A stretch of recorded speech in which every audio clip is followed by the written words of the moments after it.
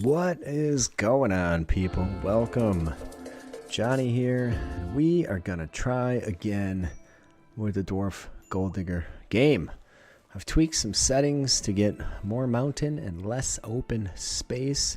You can see that in the mod settings for the Dwarf Rimhammer Dwarfs mod. Anyway, we have Gotrik again. That's where we're gonna start. And we're going to go from there. I cannot say we're going to make it to 1,000,000. I can say we have an infestation thumper that I created and added to the game to control where the infestations happen. So we won't get wiped out the same way as we did last time. But regardless, Gotrik starts again in a tiny little mountain valley. And we don't know much else about what's on this map. So... starting from square one, hopefully this one will go better. I think we could hang on indefinitely. There's our infestation thumper. It should at least keep us safe from dying from infestations because you can control where the infestation happens. There are mod settings that'll control its efficacy, but it's set to 100% by default, so 100% is what it's going to be once we finally manage to build the damn thing. So that does get to become a priority as wealth increases. But anyways, Gotrik's going to get himself a little shelter set up here and place to sleep for the night. The mountain valley is not too scary. I've been making lots of tweaks to these mods, fixing defects, adding stuff. If you follow me on the Discord, or if you're on the Discord channel, you'll see that in the work in progress or the updates section. I think I've rolled out almost every mod in the series recently with updates to improve and add extra stuff and just whatever, keep myself busy when I'm not plowing snow these days. Modlist will be in the episode description as well, so if you want to play along, you're welcome to do so. Right now I have the setting for mountains in the dwarf settings set to 10, which is the halfway point on that slider bar that controls how thick the mountains will be. Anyways, we have to get our critters put somewhere where they're somewhat safe from predators. And right now there's not a lot of predators on the map. I did see one Tuskor over there lurking, but otherwise nothing too terribly scary other than our own bear. Who does seem to do whatever the hell he wants. Gotrik is a Lore of Magic user again. It's actually the same preset pawn that I created last time. And he does have some magic. He did end up rolling different spells initially, but whatever. We'll eventually have them all because we know he gains skill fast because he's a very hard worker. So there's the world map.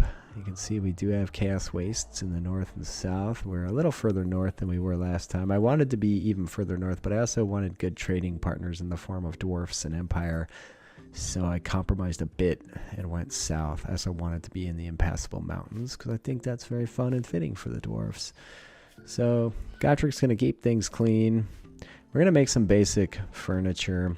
I don't know why I didn't make dwarf stuff straight away, other than we don't have any stone. So if you're asking, that's the reason we didn't start with any stone, and we have to sort that out. But won't be long before we're on top of that. He's just gonna gather up what critters he can to consume in the form of simple meals, and I'm gonna babysit the meal stuff for a little while, but it won't be long before we turn it over and just let it happen naturally. You see, he did end up with the final transmutation spell, level 2, which is pretty great. So hopefully we can start gathering gold as early as possible. That'll be fantastic. We're going to start making stone blocks because we desperately need to get some research going here. This is a medieval game. We are using the medieval vanilla mod to remove all future tech from the game. Anyways, you can see he's got his hands full. Gotrik is a very industrious dude, and he does have the industrious trait, so there you go. And again, research bench, one of the prime priorities for the moment. It would also be nice to get him a decent place to rest in terms of a bedroom, but his mood is holding pretty solidly. We're going to start making some dwarf furniture just to get rid of this vanilla stuff. And anytime we see critters, there's a raccoon and a rabbit, we're going to bring those in so we can consume them. That'll save me having to switch my weapon and go out and do hunting. So if the predators can stay active, that benefits us. No health issues. There's this magic tab. I need to start growing some food too if we get some kind of cold snap or freezing situation. All the animals flee or the plants die that are natural, we're going to starve. So I need to stay on top of that. We do have, 35 meals. It looks like one of our goats is under attack from a Tuskor, so we're going to get involved with trying to take that fucker out because we cannot have our goat getting killed. When we need the meat desperately, we will take over. I don't know if it's attacking or what. It doesn't seem like it is, but it was coming after us. Gotrik. So regardless, we're just going to go over there and see if we can't bring it down. Yeah. The Ibex kicked its butt. All right, that made it mad. And fortunately, can't hit very well. We do have some meds, so I'm not terribly worried about it. It was a bit of a risk, but next problem is that its meat is worthless. We can't eat it. He does have a spell to improve the quality of his weapon. We are going to do that, but we're not going to try and make any legendary weapons this time. I think that boned me last time and because it raises your wealth so dramatically. So this time we're going to stick to just making everything good or excellent and stop there. I will keep an eye on what the values are. There was a wild goat that wandered in, so we shot it with a magic arrow and left it to lay for a while. I'm going to grow rice and potatoes. Doesn't seem like a bad idea. We're also going to deal with this goat once we're done planting our crops. We can keep those crops mostly safe. As long as we harvest and bring them in right away, the bear won't eat them. So, all right, we need more blocks. We do have some basic furniture and a stool and a table that are dwarven. We need to get the research bench nailed down. Some horses, some ancient technology we could disassemble for components and steel. And he gets on to the business of constructing the research bench.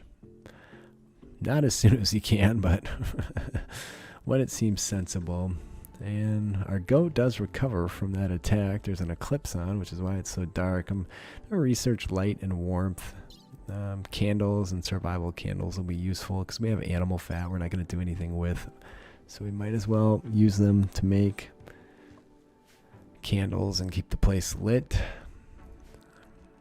It's time to get out and do some attacking.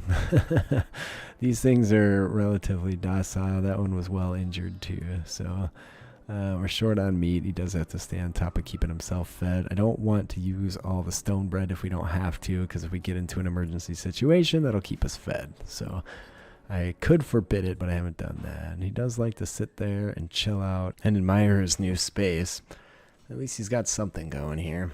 So in terms of magic, definitely have some ground to cover. But again, we've already learned an extra spell since we started, because doing focused tasks that aren't menial does increase magic skill, as well as casting magic increases magic spell or magic skill. So a little short on blocks. Need to do some mining. We have plenty of meals for the moment.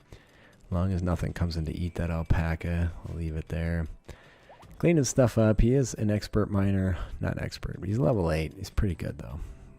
By far better than I am at mining, I'm sure. We do find some compacted steel already, so that's nice to have nearby. At some point we will desperately need that. And we have all this animal fat. We need to get through that research. So here's our temps, 26 to 74 are the average temperatures, which is -3 Celsius to 23 Celsius. And I don't know, I wish I would have picked a colder biome, but the infestation thumper does run on steam power. The bear kills a kitsune and eats the whole thing at that point. But anyways, so we will have to get steam power up and running this go, just to make sure we can keep the infestations at bay. And it'll be useful as well for heat, I suspect. But we'll see. We'll see. I guess it's going to get below freezing. So it is summertime. So God knows. We are desperately waiting for some traders. No. But sadly we don't have any money. These are ogre traders who, as you probably know from last time, always have slaves. Sadly, we really just don't have any money and we don't have anything to sell, but they always have a ton of awesome shit. But, I mean, we can deal with scars on these pawns. Sadly, we can't really deal with the price of the slaves, so I really, really want to buy some of these dudes. But even if I sell everything I own, or that this guy owns, Gotrik simply cannot afford it. He's very far short, so we'll sell what we can just to start gathering funds. But I do end up buying a tin Dowie horn at that point. I changed the mods up a little bit and added one in that grants us extra metals in the game. So tin and brass will make an appearance. You can see that ogre. One of those ogres has brass armor on there. I was looking at it because I thought it's bronze, sorry. I thought it might be gold for a while. I was like, what? Is that dude wearing gold armor? But that's not the case.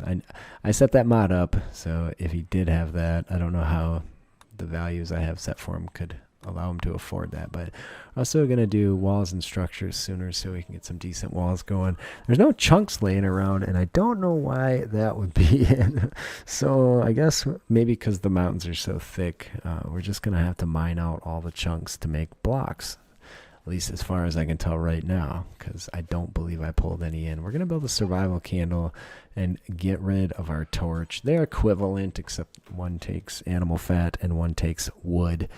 And wood might be in short supply eventually here. So at first toxic fallout, it will be, unless we can land ourselves a lower heavens mage who can cancel out a toxic fallout. The ogres decide to come in and make themselves comfortable. We do get left with a plasteel best score two-handed axe and a tin ogre iron fist, which is an improved iron fist. Actually, it works like a shield for ogres. We'll have to build a forge and smelt those babies down. And we're going to need some proper furniture too. Proper dwarven furniture, just because we're a dwarven colony. If we do find some open space, I do plan on taking in some humans, and this time we'll just build them homes outside of the mountain, because that also seems very fitting. Also, they'll have some kind of feasting hall outside of the mountain for the humans. This is our first raid. Her name is Red, and she's got a Bronze Empire frying pan. She's clearly a cook who's gone mad. I don't know why she would go pick on this well-armored dwarf over in the mountains, but pretty sure he's not going to have any trouble dealing with her since he's very well armored and he has this magic to boot. Now, one thing I found, I'm going to hit her with the gleaming arrow first and hope it doesn't kill her. Mostly just for extra magic experience. The more spells you cast, the more experience you get quicker. Although, clearly he's going to be maxed out by the end anyways. Boom. That wakes up all the guys around. It looks like it took over half her energy to do that. That's bananas. Broke her shoulder. Damaged her pretty good.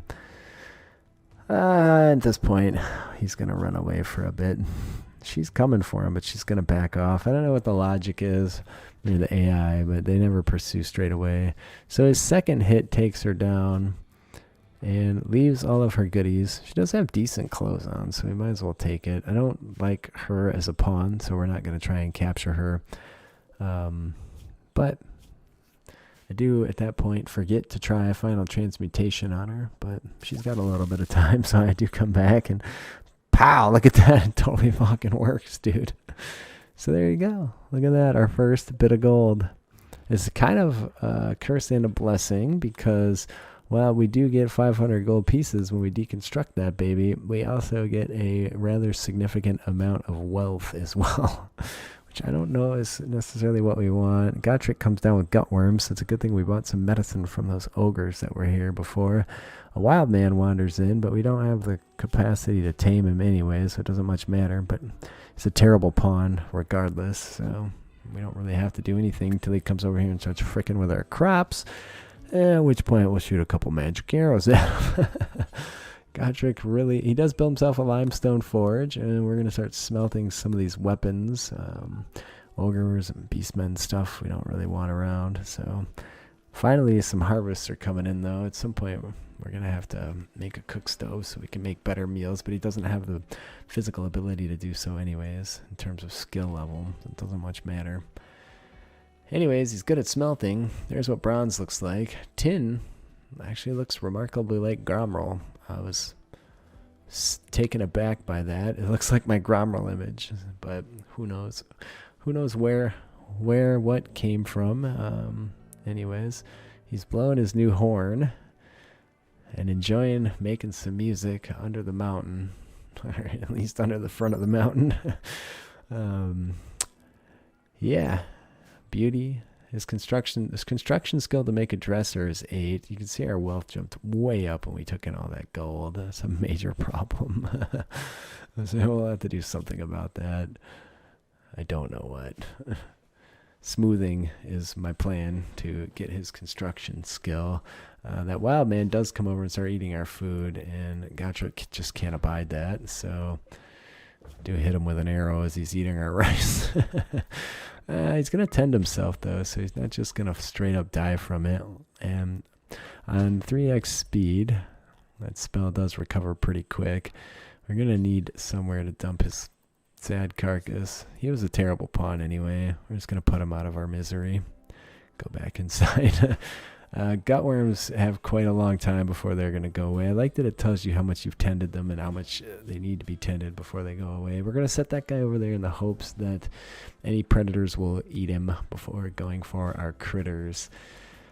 He's also happy that he died because it was somehow a rival of Gotrik. I don't know how that is, considering he's a wild man, but there you go. Playing some horseshoes, cooking some food. Working on getting the skill up in terms of construction. We're almost there, though. Once we get some serious smoothing done, we should definitely be there. And that dude does get entirely eaten before too long, so turns out you really don't want to be Gotrik's enemy. Gazelle, laying around. This is where a major problem starts. So it's not just the Tuskor in the animal pen. It's the heat wave. I don't have many options other than trying to seek refuge deep inside the mountain. I do decide to try and take a stab at researching passive cooling. We also, for some reason, make it a priority to get the gazelle, but we do have to keep food coming. He's already sweaty. He's awful bedroom. He's sick with the gutworms, hungry, and the gutworms are causing serious pain. So, Gotrik's having a pretty rough start, and just the research isn't going very fast. It's going to take him days. Temperatures are 107 inside, 108. That's inside it's like, or sorry, outside was like 125. Inside we're at 112, which is roughly 45 Celsius. So I'm trying to wall him off inside the mountain. He's already got heat stroke. I've had many an early game loss due to this early heat wave that almost always happens. It probably should be a priority to one of the first things you research. Go ahead and try and get a hold of passive coolers, because I swear to God, this is not infrequent. We're going to try and make doors. It is slightly cooler inside the mountain. He's at 19% with the heat stroke. He's not going to make it unless we find a way to cool him down. I don't know. Usually the mountains should remain pretty cool inside, so I find it a little bit frustrating that that's not happening here. At least he's not getting significantly worse while he's in there, so I just decided to trap him in there for a little while. He's at 19%, and whatever. He's going to mine out of space. I was thinking maybe it just needs a bigger space in order for the heat not to be so effective. I'm going to do slightly bigger bedrooms in this playthrough as well. So that one right there is 5x5. I'm not sure. Usually, just historically, I've always done 6x6 bedrooms, but we'll see. We'll see where that heads, assuming he doesn't die here. He does enjoy playing that horn, so that was a good purchase for only $100 and something bucks. Can't really go wrong. The goat's giving birth despite the heat wave being on, and the Tuskor is unconscious. We have a lot of unconscious and dead creatures coming in, but I'm gonna move his bed. It's 105 in that back room and like 120 in the front room. So why don't we see if we can't get our asses out of that space ASAP. And if it gets really desperate, we can lock him in that bedroom. And I mean, it's going to be ugly, but he can start doing smoothing or whatever just to keep himself occupied. We don't have a lot of food, which is a major problem. He's at 39% with the heat stroke. I don't know at what point they go down. It is 108, 107 in the bedroom. It does cool off at night. It's down into the upper 90s, which is 36 Celsius. Still not ideal. Like, that's unpleasant. It's not going to kill you, though. He's at 43%. I kept waiting for him to fall down and die, but he's made it several days. So it's 102 inside. Actually, it's 102 outside. A Razor Gore self-tames at that point, but we're not going to be keeping any Chaos Beasts. It is a big one, so I debate it, and we don't really have the capacity to keep it tame, which is a major problem when they later on are stuck in your hold and decide to eat you. It's 90 degrees inside, which is pretty legit. So we did find some iron. Heat stroke is at 44%. Not increasing, though. It does seem like temperatures are abating a bit. It's high noon. So, yeah. Stay tuned. 44% though. Pristine ruins found nearby, whatever that's worth. I probably should have left a double wall between the front and the back of the hole. It's 124 outside, 114 in the front room. Magical delivery at that point, and it ends up being a bunch of smoke leaf, which is going to be useful. It'll at least give us something to sell as soon as we can get out of this bedroom. You can see he's got a whole lot of negative penalties. He's also suffering from pretty extreme heat stroke, and he's about as mad as a fella can get without snapping. Yeah, I really thought this one was going to fail, so we're going to need more storage space anyways. He's carrying all this crap from the mining area, which I overdid the bedroom because we found that resource in there, so it doesn't much matter. It's almost at 50%. He's at 49% in terms of heat stroke. He's only good to 88 degrees Fahrenheit before he starts suffering from the effects of heat. But it's in the 80s outside and dropping rapidly, which is always a clue that the heat wave's over, and it does end at that point. The temperature drops rapidly, and then the heat wave ends. So now you can see the only critters we have around are not the type of critters we need to have around. There's a bunch of chaos beasts that remain. I did make some alterations and changed how common the chaos monsters are in non-chaos wastes biomes. I also added them to the chaos waste biome because they weren't actually showing up in those biomes yet. So next time you take some updates of these mods, you should see less of those critters. They're too prolific as it stands, and that's not my intention. Lynn falls, but she's also neurotic, and I don't know, she's not a terrible pawn, but she's also not a great pawn. I'm not going to try to take any pawns that aren't relatively awesome in this playthrough. Last time I just kind of took most of the pawns that came along, so sadly Lynn gets stripped and left in the dirt. Maybe we should have kept her, but I don't want to deal with neurotic, especially with all the crap that goes on around here.